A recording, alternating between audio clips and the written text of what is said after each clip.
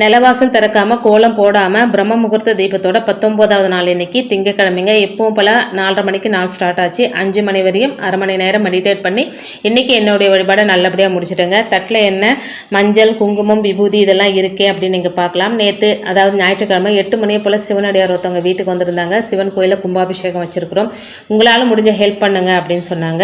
அவர் கொடுத்தது தான் மஞ்சள் குங்குமம் விபூதி. இது எல்லாமே பூஜை அறையில் வந்து கற்பூரம் வச்சு அட்சதெல்லாம் போட்டு எனக்கு ஆசீர்வாதம் பண்ணாருங்க. ஒரு 500 ரூபாய் தட்சணை கொடுத்தேன். இந்த வாரத்துக்கான செலவுக்காக நான் வச்சிருந்த காசை கொடுத்தேன். அவர் வந்து 1500 ரூபாய் கேட்டார். அவ்வளோ காசெல்லாம் இல்லை சாமி, இதுதான் இருக்குது அப்படின்னு சொல்லி ஒரு 600 ரூபாவது கொடுமா, உங்கள் பேர் சொல்லி சுமங்கலி ஓமம் நடத்துவங்க உங்கள் பேர் சொல்கிறேன் அப்படின்னு சொன்னாங்க. இருக்கிறது 500 ரூபாய் தான் சொல்லி கொடுத்தேன். அவர் போனதுக்கப்புறம் அக்கம் பக்கத்தில் இருக்கிறவங்களாம் சொன்னாங்க, அவங்க வந்து ஏமாத்துறவங்க, ஏன் இப்படி ஏமாந்துட்டீங்க அப்படின்னு சொல்லி. ஒரு வேளை என்னை அவங்க ஏமாத்திருந்தாங்க அப்படின்னா என்னுடைய கர்மாவை அவங்க எடுத்துகிட்டு போயிட்டாங்க அப்படின்னு நான் நினச்சிக்கிறேங்க. நான் வருத்தப்படவே கிடையாது.